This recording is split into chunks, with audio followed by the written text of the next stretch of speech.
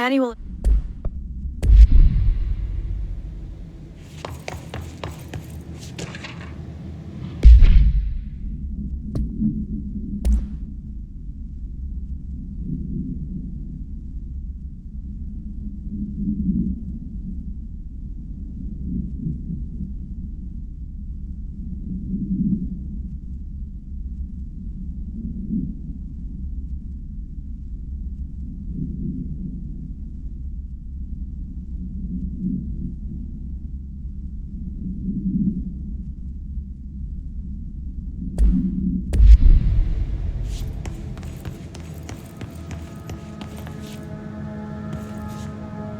Let's see what they have on ordinary.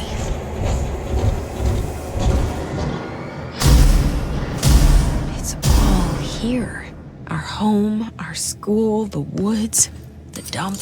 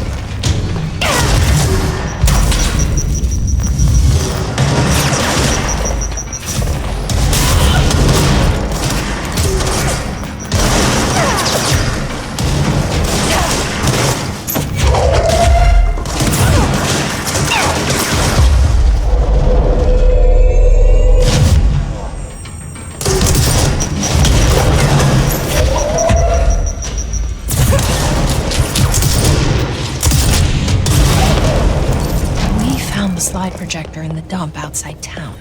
Did they recreate that too? Is that where they keep it?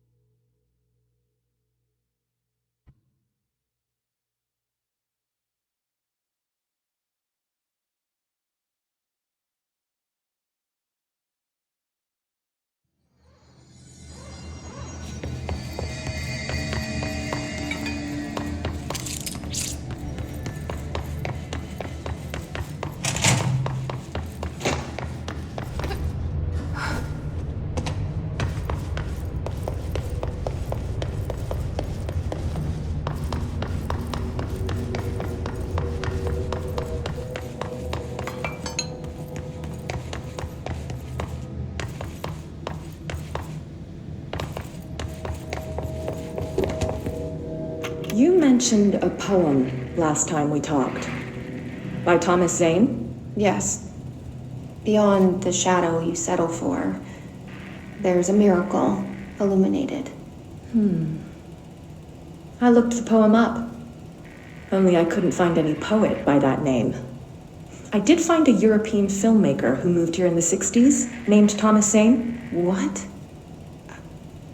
I don't... No matter. It suits you very well. The poem. How you see things. Maybe you wrote it yourself? I didn't. No matter.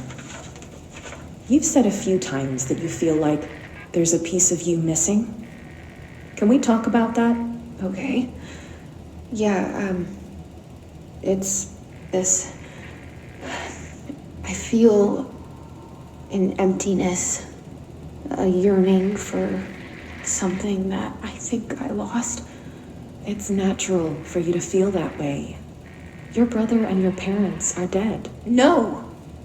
Dylan's not dead. And that's not even it.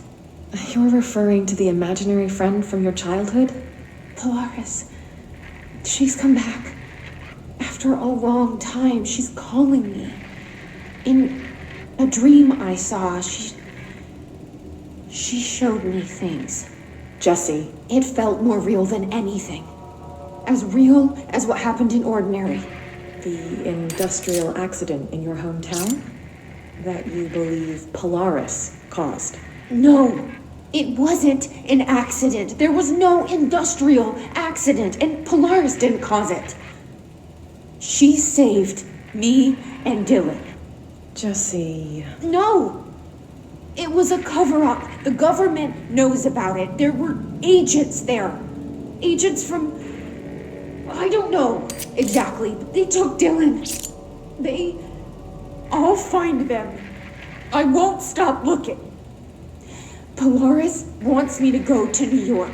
There's a building there. I have to leave soon. I have to be there at a very specific time. Something hugely important is going to happen. Jessie, you know we can't let you go until you're well. And that begins by understanding what's real and what's imagined.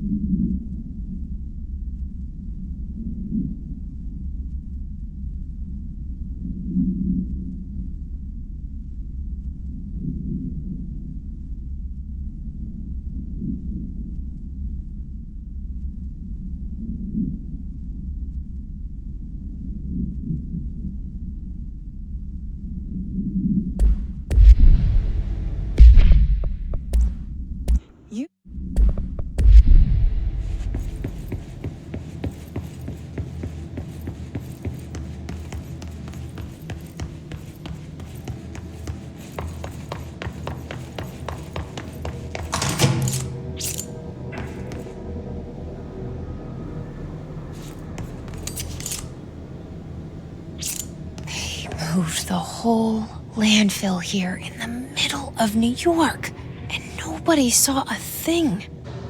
Pretty unbelievable.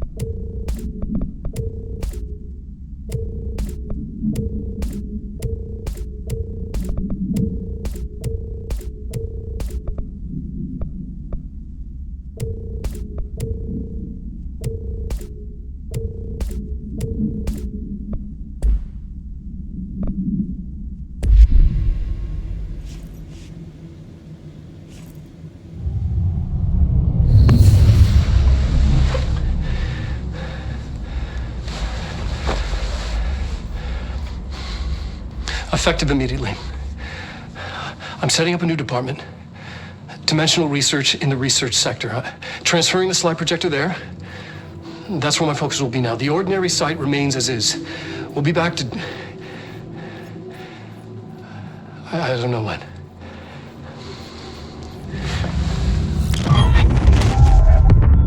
Darling took the projector to the research sector. He dedicated a whole area to it, so he knew it was important.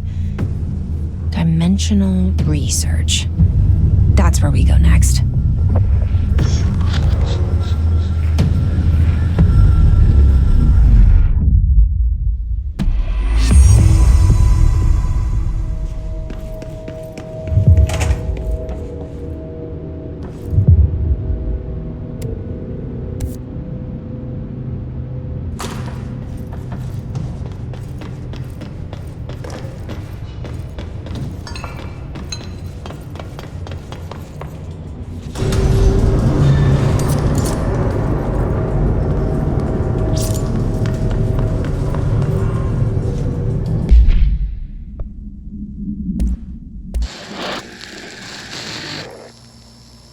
Dylan's a lost cause. I know I struggled to see this, but we contained him now.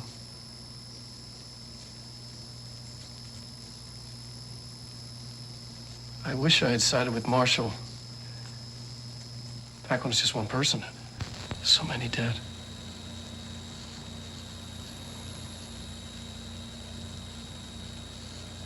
I thought his youth was an asset. Just too much too soon.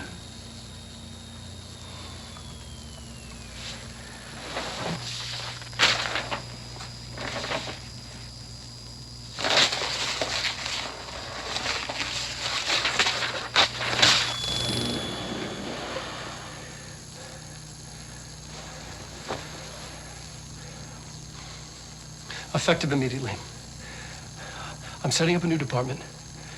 Dimensional research in the research sector. Transferring the slide projector there. That's where my focus will be now. The ordinary site remains as is. We'll be back to... I don't know when.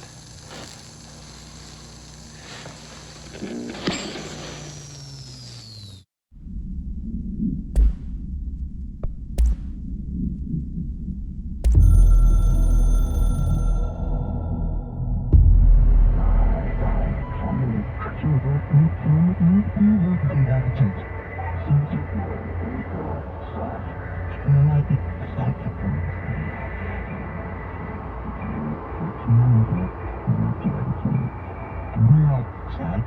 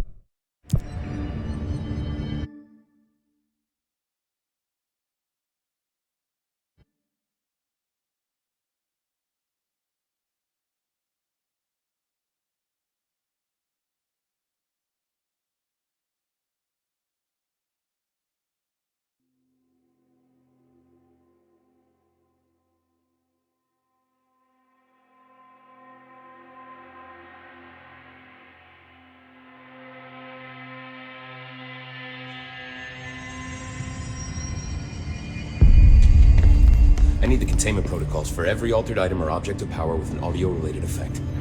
I'll send a team to contact Langston and get that information, sir. If you ask why, what do we tell him? Tell him that the hiss work through sound, so any countermeasures designed for similar altered items should be considered for field use. Man, I never thought I'd be working in the executive sector. Look at me now, Ma. I have to go. You're not the only one who's busy, you know. Need something?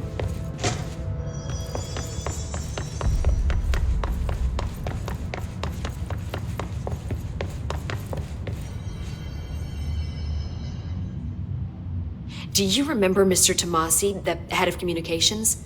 The hiss he was changed into showed up in containment, near the turntable. I'll take care of it. That thing's not getting away this time. I've heard reports about his particular use of language and intonation when repeating the hiss babbling. The biological and behavioral distinctions between different hiss-corrupted individuals is truly fascinating. I wonder if I could categorize the data. And she's already off on her own thing.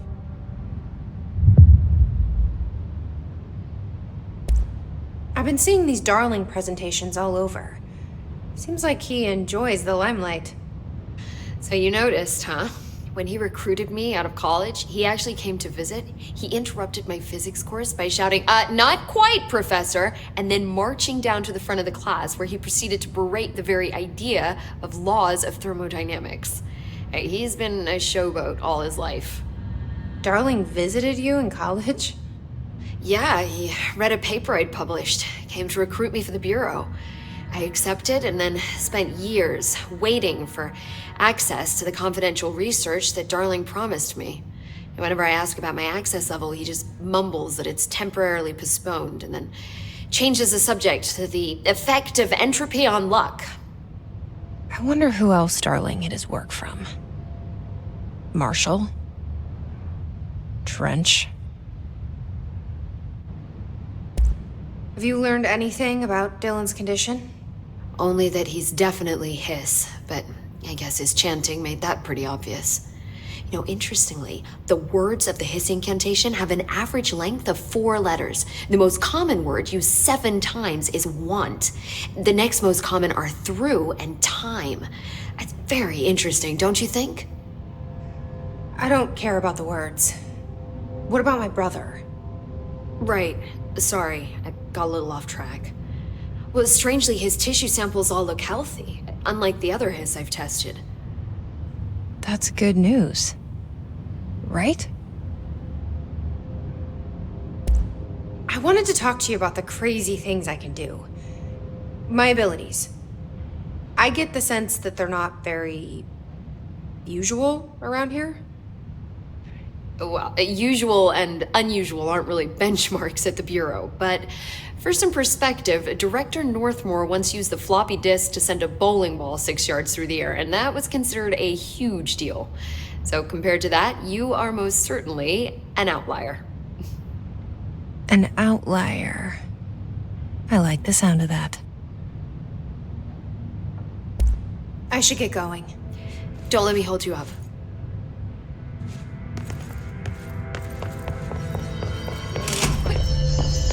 They're endangering us by bringing a hiss. The trench is still around.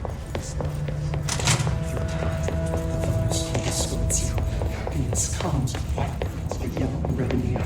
You're on your inverted is made right. Make your inside about the door. Push the fingers through the surface into the right. You.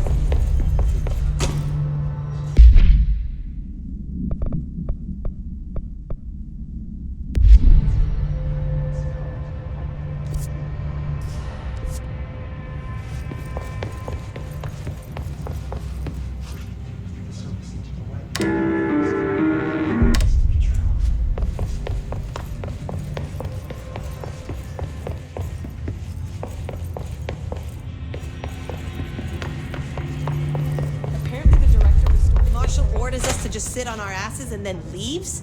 What's the deal? She must have her reasons. She's probably out doing something. Then she should have taken us with her. I need some action, goddammit!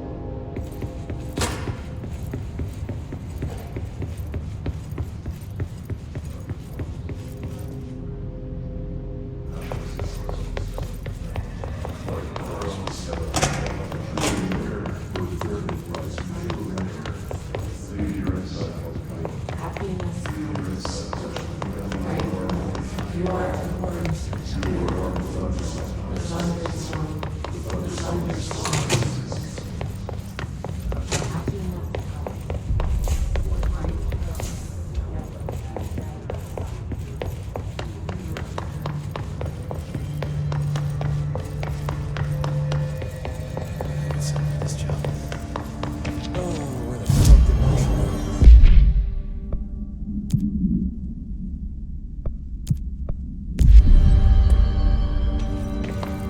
Let's just keep coming. Marshall didn't give me any orders before she left. Guess I'll just keep managing.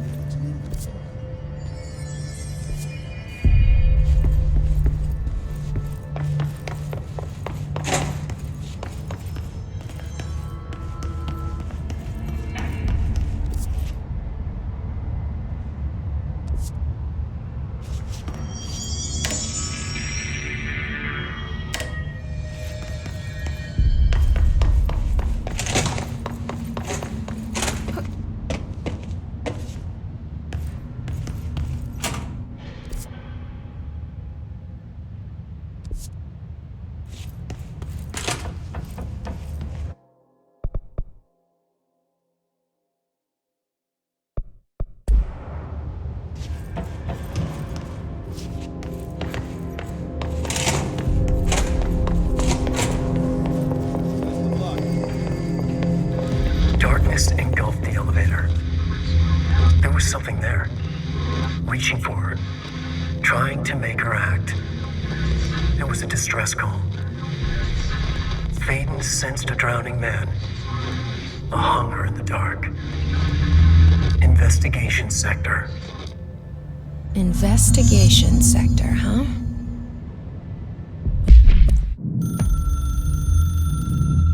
Darkness engulfed the elevator. There was something there. A presence. Jesse Faden could hear it. A call. It was faint, reaching for her from a dark place. Faden was sensitive to visitations. She had them all the time.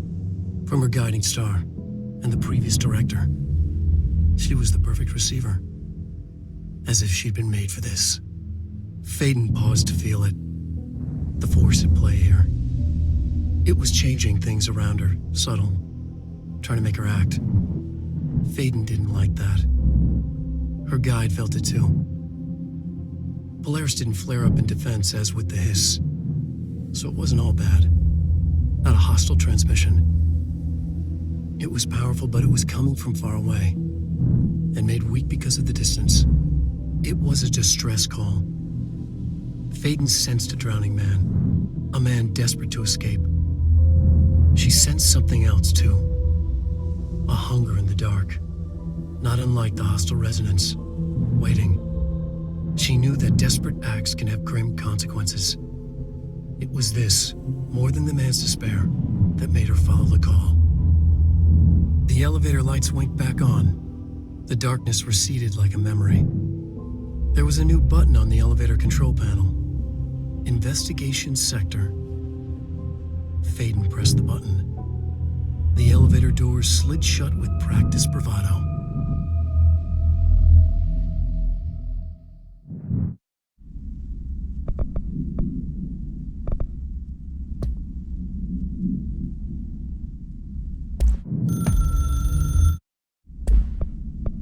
You should check this out.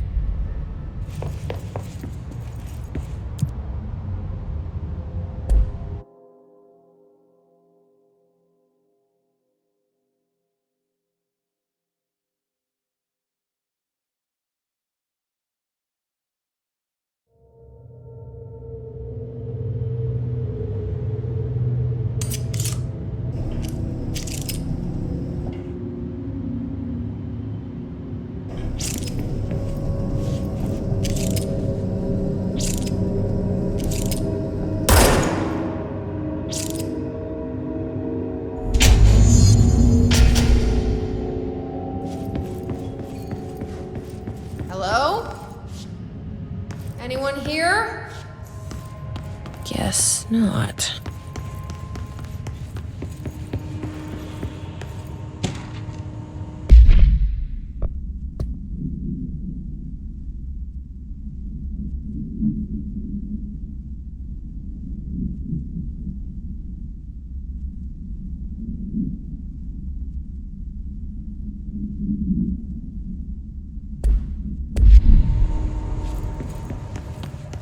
Seems a lot more crowded than the rest of the Bureau.